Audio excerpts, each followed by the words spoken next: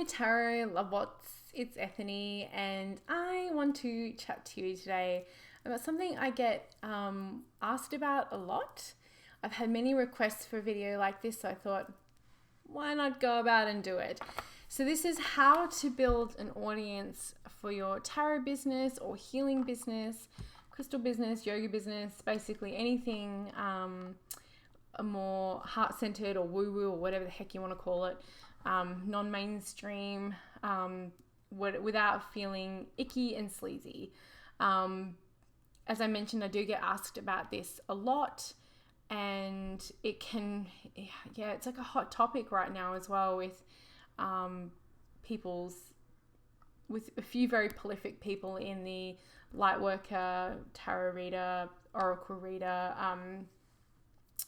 kind of fields, well-known people having products and services that are starting to turn people off them because they're feeling like it's a bit more commercial. So there tends to be this like fine line, and we also tend to kind of shame people publicly for like we all have this like imaginary line, it seems, in the sand, and if someone we follow or purchase an item from crosses a line, that's it, we're done. So it's a very interesting mindset that tends to happen in every industry. It happens in absolutely every industry. So we are not exempt or immune from it here in the more new age metaphysical healing light working industry. It happens. So I wanted to share with you some of the ways that you can help build your audience in your field. And with everything that I share, take what resonates with you and incorporate into your practice and leave the rest. So here I talk about ways to build your audience. I do have something coming up for you all that I wanted to share.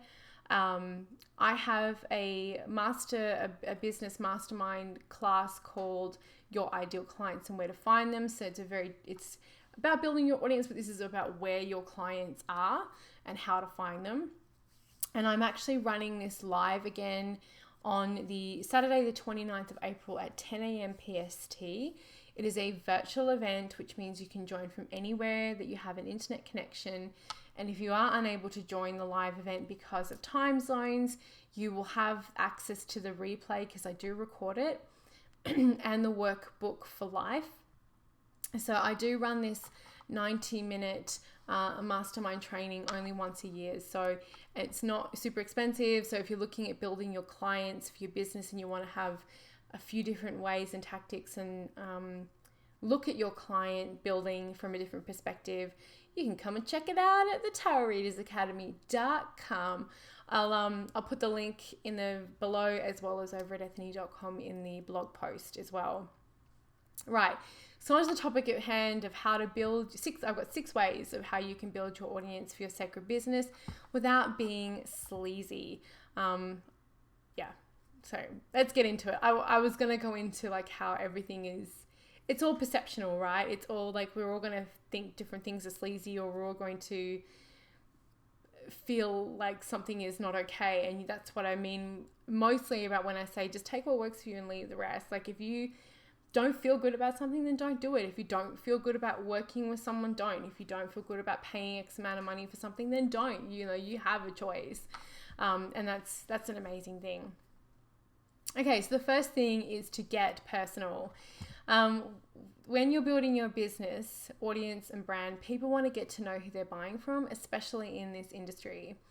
If you're not sharing who you really are, and this is super important, who you really are with your audience, they are going to feel it. Something is going to be a little off in the way that you're communicating with them. And this is why you'll find that, and I've had feedback from people, that when someone's brand gets really big, or they hire a marketing team, or they have a PR person do something for them, the tone changes and they're like, oh shit, this doesn't feel like them anymore.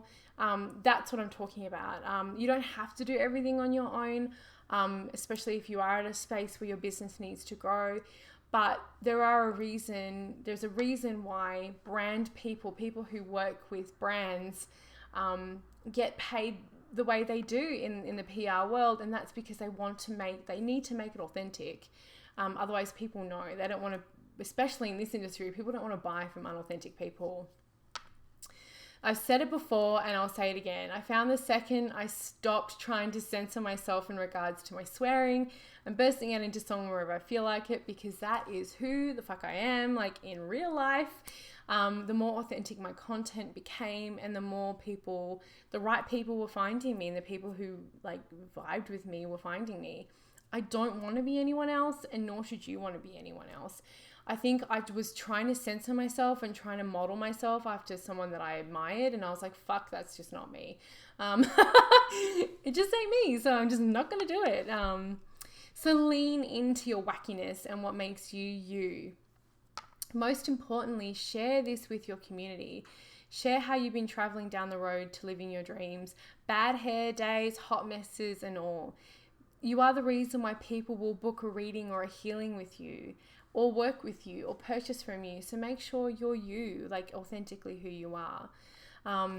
You want to, and like you also don't want to emotionally manipulate I've seen this tactic many times on social media. You really do not want to emotionally manipulate people either through this. Now, what I'm talking about here is when I see posts like, this is, our car broke down and we need to get it fixed. Buy something from me so we can fix the car, or something is happening, quick, give me money. Because for me, that feels like it's an emotional manipulation on your personal situation and circumstance, and I will never market like that.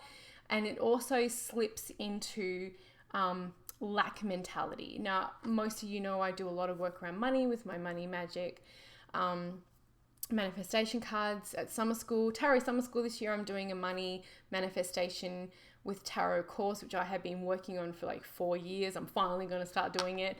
So I do a lot of money mindset work, and using your personal space to emotionally manipulate your audience is lack mentality. It's like, there is not enough. I need to trigger someone to like come and help me and save me.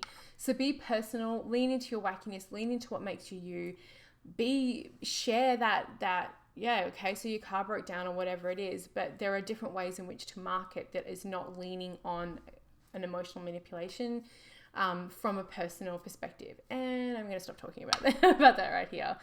Look, do what you're going to do, but I find the second someone markets like that, it shuts me down. I'm like, I don't feel like that's a cool thing to do. The second thing is to get live. Let people see your fucking beautiful faces. It's a wonderful way for you to be remembered and to be visible. We are pretty voyeuristic in nature as humans, so this isn't going to change. It hasn't changed in a very long time. And there are more and more platforms making live streaming available and super freaking easy.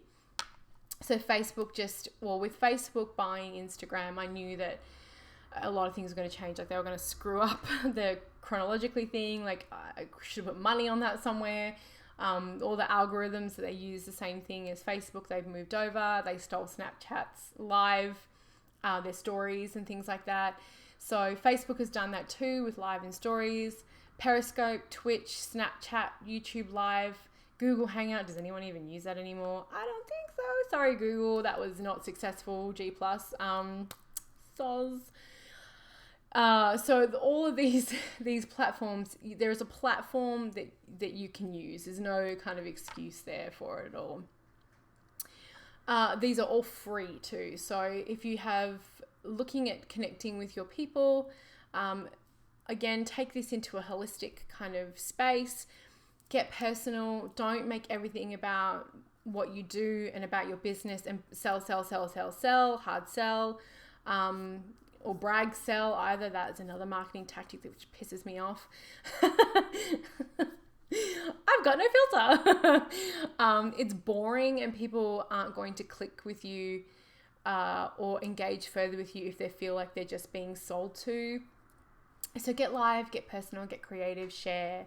And how often you do live streaming and what you want to say is a completely another topic, but at least consider adding live streaming to your blogging and marketing schedule if you do have one, and look at how you can use this in a creative way to help build your audience. The third one is to get challenged. Now, I love this. I could actually go back on my Instagram feed from when I was pregnant with my son, so nearly 4 years ago, and I did my first Instagram challenge. So take part in social media challenges, whether that is a YouTube VR, which is a video response to a video you've watched, or an Instagram photo challenge. These are hugely engaging platforms. These are great ways to connect with other people in your field, and I have found it as a wonderful way to boost your community numbers and to boost your follower numbers, because if these are like-minded souls, birds of a feather flock together and all that crap. So you want to be connecting with the people that who are interested in the same things as you. There are even accounts on Instagram that are challenge specific for your field. So for tarot peeps and card slingers, there is an account called Divination Challenges, which I'll pop below and in the blog post at ethne.com, that shares all of the challenges that are on Instagram. So it's even super easy to find one. There are, when back in the good old days when I started doing Instagram challenges, there wasn't a ton. There are now heaps of them. So really just, I don't know. I don't do them as much anymore. I tried. I really tried. Sorry, Avalon. I really tried doing Avalon Cameron's I'm a Witch one back in February, I think it was. And I fell off the wagon. I got busy, and it's just hard for me to, it used to not be so hard for me when I wasn't so busy to kind of complete a challenge, but it does get harder for me now. So, so I do apologize for that, Avalon. I tried, but, doing 4 or 5 challenges a month is a good way to stress yourself out, is basically what I'm trying to say. But it's a good way to go about it. And also you can do blog hops as well, and things anything that kind of challenges you to get into connecting and communicating with your community is great. So my fourth one is get nosy. So this is about interviewing people in your circle and in your community circle. Who do you find interesting that you may want to connect with and share their story with your people, or their latest product with your people? Make a list right now if you feel drawn to doing this. Who knows? You could be the next Oprah Winfrey in your field. That's a pretty great thing. This is a win-win for cross-promotion, as it brings both your audiences together. You can carry out the interview via a podcast, a blog post, a video, any format that you feel comfortable with. And you can publish it anywhere that you like on your blog. I'm all for traffic going directly to your website, and there are many reasons for that, but you can post it anywhere. Building a relationship, even with communication and interaction with the people you want to work with in the future, is a good idea if before you go about asking them to do something for you. This happens to me all the time. You would be surprised how far a little connection beforehand goes towards you working with your dream people later on. I get, and I'm sure I'm not alone, I'm not saying I'm the queen of this happening. I know for a fact it happens to a lot of people who have platforms platforms and followers the same as me, or around, I'm just saying other well-known YouTubers and bloggers and tarot people. I get a lot of requests for people to promote their decks, or to promote their projects, or to do things for them, and I kind of get a little bit taken back from the this kind of, out of nowhere kind of do these things for me. If I don't know who this person is, it can feel a little bit presumptuous or feel a little bit cold, and it's going to make me a little less want to do that. It's well, I work for myself, I have my own business and my own brand, and it would be really lovely if people would want to actually connect with me and want to know what how we can work together, and be a little bit more personal before they're saying, can you do this thing for me? Oh, by the way, you have no idea who I am. So yeah, just take it from, and that's just me. Maybe other people don't find it annoying at all. It kind of just takes me a little bit aback of I'm oh, okay, well, where'd you come from? I don't know you. So number 5 is get generous. So give people things for free. So what are these things? Well, they can be lots and lots of things. So what am I talking about here? I'm talking about content or prizes.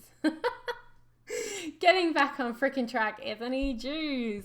People subscribe to your mailing list for a reason. They read your blog posts or watch your videos, like your Instagram feed, for a reason.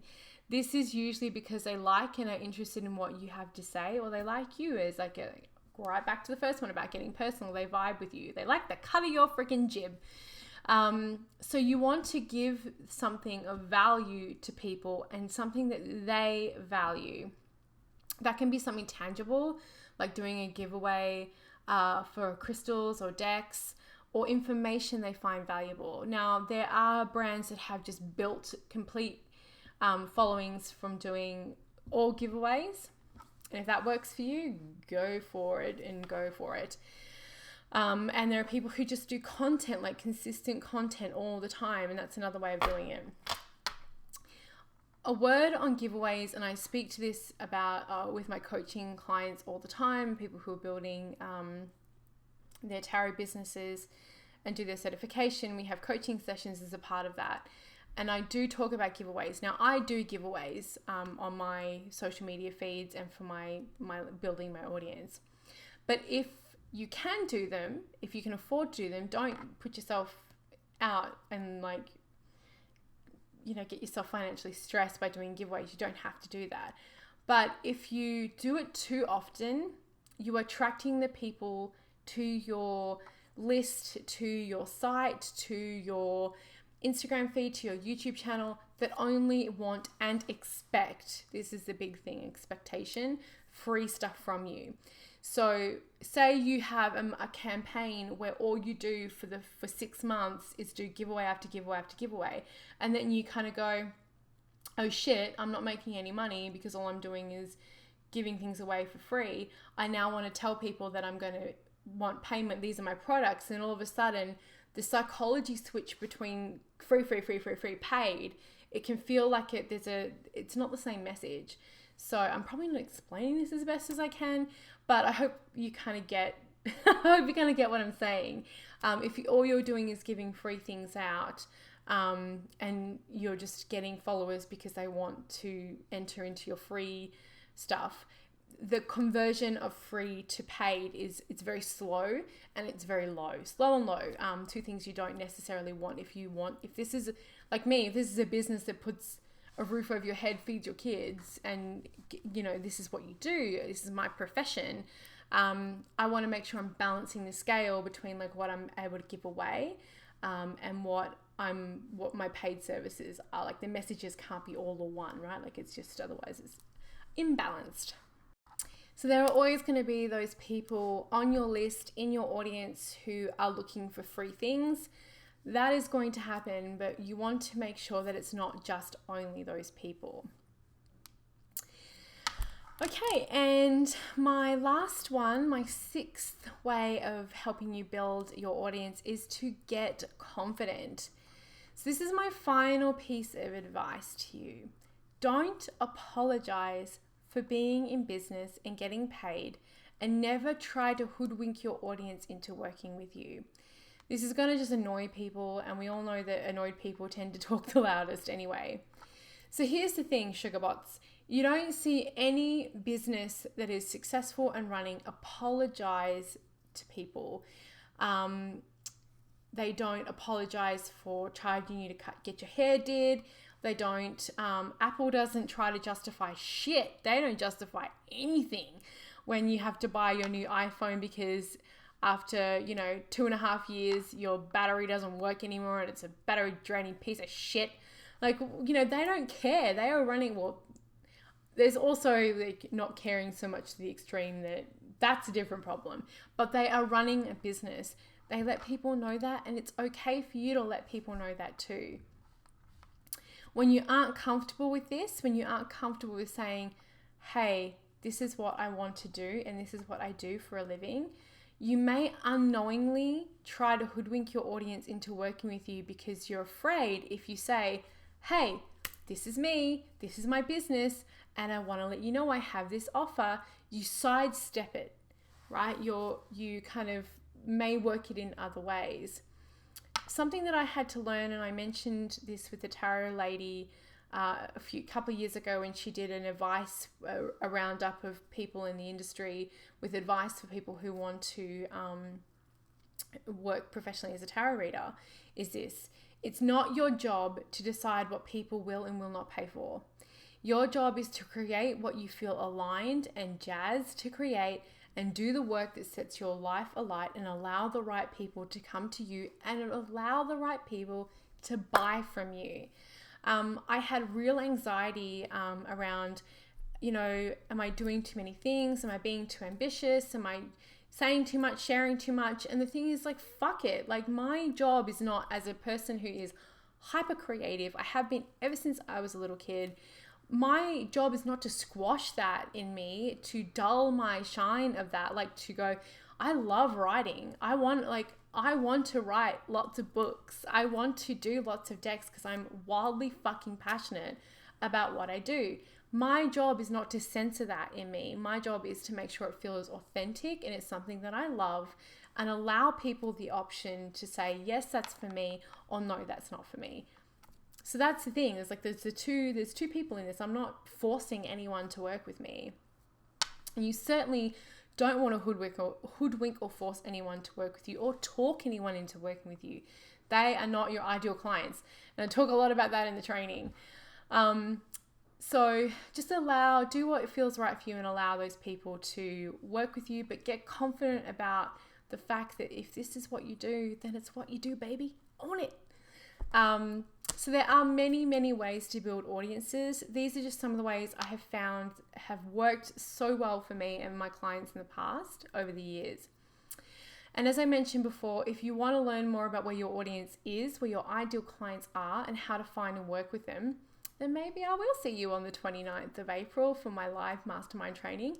Either way, I hope you found this video really helpful, and I'd love to hear your thoughts and feedback on the ways that you have built your audience in the past and what's worked for you, and if you agree or disagree with anything that I have said in this video.